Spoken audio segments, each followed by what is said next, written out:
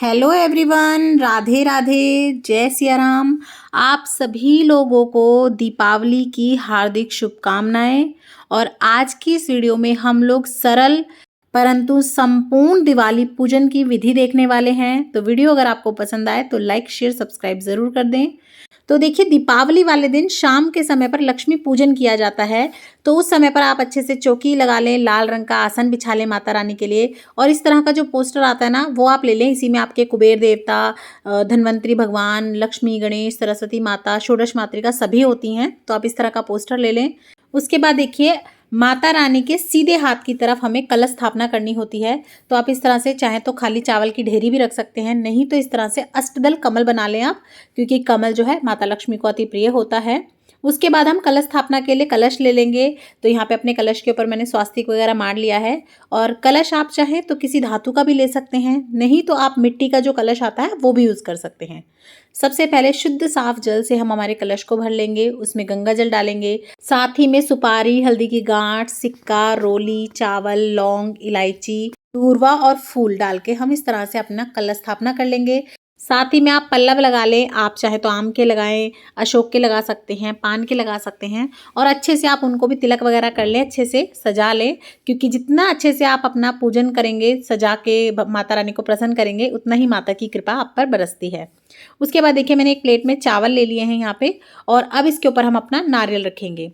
तो देखिए, नारियल के ऊपर आप चाहें तो कलावा भी बांध सकते हैं, चाहे चुन्नी बांध लें।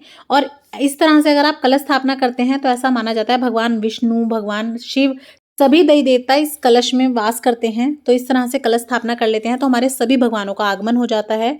उसके बाद थोड़ी सी चावल की ढेरी रखते हुए हम माता लक्ष्मी और भगवान गणपति को भी स्थान दे देंगे।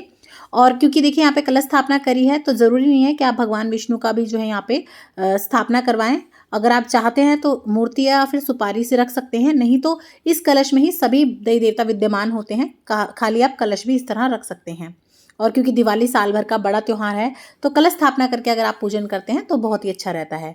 और माता सरस्वती की भी इस दिन विशेष रूप से पूजा की जाती है, क्योंकि देखिए, धन आता है, लेकिन धन को बरतने के लिए, उसे संजोने के लिए बुद्धि भी हमें साथ साथ चाहिए। तो माता सरस्वती का भी आप पूजन जरूर से करें। एक जो कमेंट बहुत ज़्यादा आता है, लोगों को बहुत ज़्यादा कन्फ्यूज़न होती है कि भगवान गणपति को माता रानी के लेफ्ट साइड में रखना है या राइट में।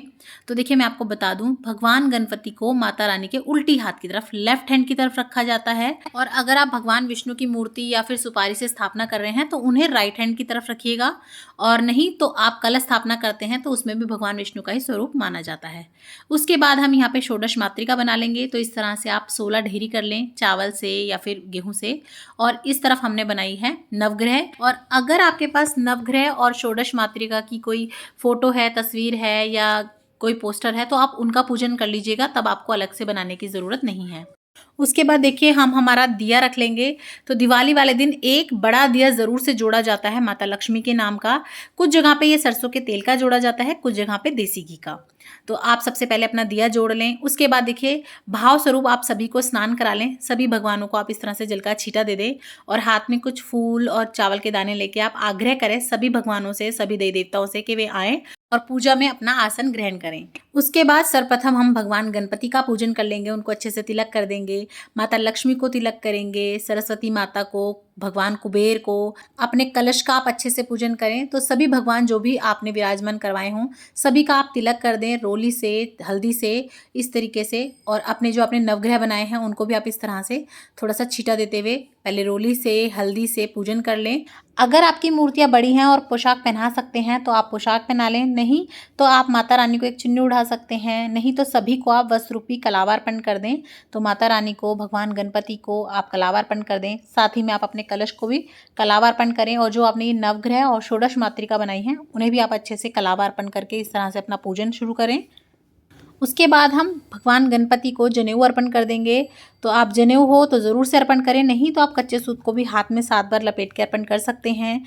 एक जनेऊ आप अपने कलश पर भी ज़रूर से अर्पण करें। उसके बाद सभी भगवानों को आप फूल चढ़ा दें। भगवान गणपति को लाल रंग का फूल अति प्रिय है तो ज़रूर से चढ़ाएं। माता लक्ष्मी को भी लाल रंग का फूल, गुलाब का, गुड़हल का ज़रूर से अर्पण करें। और हो सके और आपको मिल जाए आसानी से तो आज के दिन आप माता रानी को कमल का फूल ज़रूर से अर्पण करें। ऐसा माना जाता है कि दिवाली वाले दिन माता रानी की पूजन में अगर कमल का फूल आप चढ़ाते हैं तो माता रानी अति प्रसन्न होती हैं। तो अगर आपको मिले तो आप ज़रूर से कमल का फूल चढ़ा के माता रानी का पूजन करें। उसके बाद आप षोडश मातृका पर, नवग्रह पर, अपने कलश पर, सभी पर फूल चढ़ा दें। उसके बाद यहाँ पर भगवान गणपति को दूर्वा की गुच्छी चढ़ा दें। उसके बाद हम इत्र चढ़ा देंगे। तो देखिए इस तरह से आप रुई में लगाकर सभी भगवानों को, सभी देवी देवताओं को इत्र ज़रूर से अर्पण करें। उसके बाद हम कुछ धान चढ़ा देंगे। तो जो भी धान आपकी रसोई में हो, और स्पेशली धनिया ज़रूर से आप अर्पण करें, जो कि आप धनतेरस वाले दिन लाएंगे। तो आप वो ज़रूर से अर्पण कर दें माता रानी को, ताकि जो है ना आपके घर में धन की, अन्न की बरकत रहे। साथ ही में देखिए माता रानी का प्रिय भोग होता है खीर। तो हो सके तो आप चाहे थोड़ी बनाएं, लेकिन आज के दिन आप माता रानी को खीर का भोग ज़रूर से लगाएं, क्योंकि दिवाली है, उस दिन मिठाइयाँ तो होती ही हैं। तो आप मिठाई भी ले सकते हैं, लेकिन हो सके तो खीर बनाएं, नहीं तो आप सफ़ेद रंग की किसी भी मिठाई का भोग लगा सकते हैं। और दिवाली के आसपास, दिवाली के दिनों में खील पताशे का विशेष महत्व होता है, तो उनका भी भोग आप ज़रूर से लगाएं, खिलौने, खील पताशे। उसके बाद देखिए जो भी आप धनतेरस वाले दिन खरीद के लाए हों, सोना, चांदी या कोई धातु या बर्तन वगैरह, उन्हें भी आपको दिवाली वाले दिन अपने घर में पूजन में ज़रूर रखना है। पहले उनकी पूजा करनी है, उसके बाद उन्हें आप इस्तेमाल करते हैं। तो देखिए अच्छे से हम इनका पूजन कर लेंगे, रोली लगा के, चंदन लगा के, चावल चढ़ाएंगे, मोली चढ़ाएंगे और अच्छे से इनका पूजन कर लेंगे, क्योंकि ये सभी चीज़ें भी माता लक्ष्मी का ही स्वरूप होती हैं। दिवाली वाले दिन माता लक्ष्मी को कुछ चीज़ें चढ़ाई जाती हैं धन प्राप्ति के लिए। तो यहाँ पे हम गोमती चक्र चढ़ाएंगे। आप 5, 7, 11 किसी भी अच्छी संख्या में, शुभ संख्या में चढ़ा सकते हैं। कोड़ी चढ़ाएंगे। साथ ही में जो है कमल गट्टे की पूरी माला भी चढ़ा सकते हैं, नहीं तो गिन के आप 11 कमल गट्टे, 21 कमल गट्टे इस तरह से चढ़ा सकते हैं। बाद में इन सब की जो है धन की पोटली बनाई जाती है, जिससे आपके घर में बरकत होती है। साल भर वो पोटली अपने पास रखी जाती है। उसका भी वीडियो आपको चैनल पे मिल जाएगा, उसे भी ज़रूर देखिएगा। कुछ फलों का भोग लगा देंगे माता रानी को। साथ ही में हो सके तो आप मोर पंख ज़रूर से अर्पण करें माता रानी को। और धनतेरस वाले दिन खरीदा जाता है ये, और दिवाली वाले दिन पूजन में रखा जाता है। तो आप मोर पंख ज़रूर से चढ़ाएं। कुछ श्रृंगार का सामान ज़रूर से अर्पण कर दें माता रानी को, चाहे केवल एक बिंदी का पत्ता ही करें। उसके बाद देखिए माता रानी को आप पान अवश्य भोग में लगाएं, नहीं तो आप इस तरह से पान के पत्ते पर लौंग, इलायची और पताशा रख के उसका भी भोग लगा सकते हैं। झाड़ू को भी माता लक्ष्मी का ही स्वरूप माना जाता है, और धनतेरस वाले दिन, दिवाली वाले दिन झाड़ू का भी विशेष रूप से पूजन किया जाता है। साथ ही में आप इस दिन अपने बच्चों की पढ़ाई से रिलेटेड सभी चीज़ें, कॉपी, पेन, पेंसिल वगैरह, वो भी कुछ स्टॉक में ज़रूर से खरीद के लाएं और उनका भी अच्छे से पूजन करें, ताकि माता सरस्वती का जो है उन पर आशीर्वाद आए, और फिर वो अपने बच्चों को आप दें साल भर यूज़ करने के लिए। तो आप अपने हिसाब से कम ज़्यादा रख सकते हैं।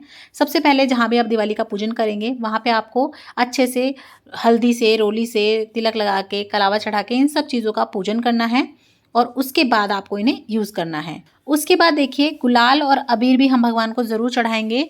तो आप एक फूल में लगा लें इस तरह से, और सभी भगवानों को इस तरह से आप गुलाल, अबीर अर्पण कर दें। उसके बाद कुछ दक्षिणा हम चढ़ा देंगे, क्योंकि अगर हमारी पूजा में कोई भी त्रुटि रह गई हो, किसी भी चीज़ की कमी रह गई हो, तो दक्षिणा उसे पूर्ण कर देती है। उसके बाद आप घर के सभी जन मिलकर प्रेम पूर्वक धूप दीप दिखाकर माता रानी की आरती कर लेंगे। कपूर से आरती कर लें, दिया जला लें।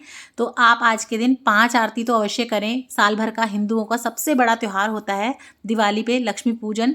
तो आप गणपति भगवान की आरती कर सकते हैं, विष्णु भगवान की, शिव जी की, माता रानी की। इस तरह से आप 5 आरती तो ज़रूर से करें, और अगर आप 5 नहीं करना चाहते तो 2 तो ज़रूर से करें। और इस तरह की कोई किताब वगैरह ज़रूर रख लें आप आरती की पास में, ताकि जब आप आरती गाएं तो जिनको नहीं आते उनको भी सरलता हो जाएगी। साथ ही में जो आपके साथ बच्चे वगैरह बैठे होंगे ना, तो वो भी बहुत अच्छे से जब उस चीज़ को पढ़ते हैं तो वो भी अच्छे से इंटरेस्ट दिखाते हैं। उसके बाद सभी मिलकर प्रेम पूर्वक भगवान की आरती कर लें, गणपति भगवान की, और सभी चीज़ों को आप इस तरह से धूप दीप दिखा दें। तो अच्छे से प्रेम पूर्वक आरती करने के बाद आप माता रानी पर खीलों की वर्षा करेंगे। तो देखिए दिवाली वाले दिन ना खील की वर्षा की जाती है भगवानों के ऊपर, और जिस तरह से आप भगवानों के ऊपर खीलों की वर्षा करेंगे, उसी तरह से भगवान आपके यहाँ पे सुख की, संपत्ति की, धन की वर्षा करते हैं। तो माता लक्ष्मी पर, सभी भगवानों पर आप इस तरह से खील बरसाएं। साथ ही में देखिए इस तरह से ना थोड़ी सी पल्ले में खील और जल लेकर आप अपनी इस तरह से चौकी पे वार दें इस तरह से, और अपने दिए में और भगवान के ऊपर इस तरह से छोड़ दें, और इस तरह से क्षमा याचना कर लें कि भगवान अगर हमसे कोई भी भूल हुई हो तो अपना बालक समझ के हमें माफ़ कर देना। उसके बाद देखिए थोड़ी सी खील और पुष्प लेकर कथा सुनी जाती है लक्ष्मी माता की। तो कुछ लोग तो ये कथा सुबह सुन लेते हैं, व्रत करते हैं तब, कुछ लोग इसे शाम के समय पर करते हैं।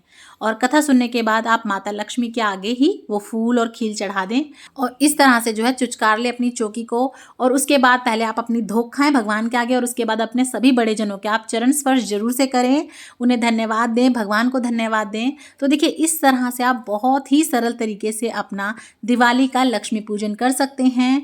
आपको वीडियो कैसी लगी कमेंट करके ज़रूर बताइएगा। और अगर आपको वीडियो थोड़ी भी यूज़फुल लगती है, चैनल पसंद आ रहा है, तो ज़्यादा से ज़्यादा शेयर कीजिएगा, लाइक ज़रूर से कर दीजिएगा।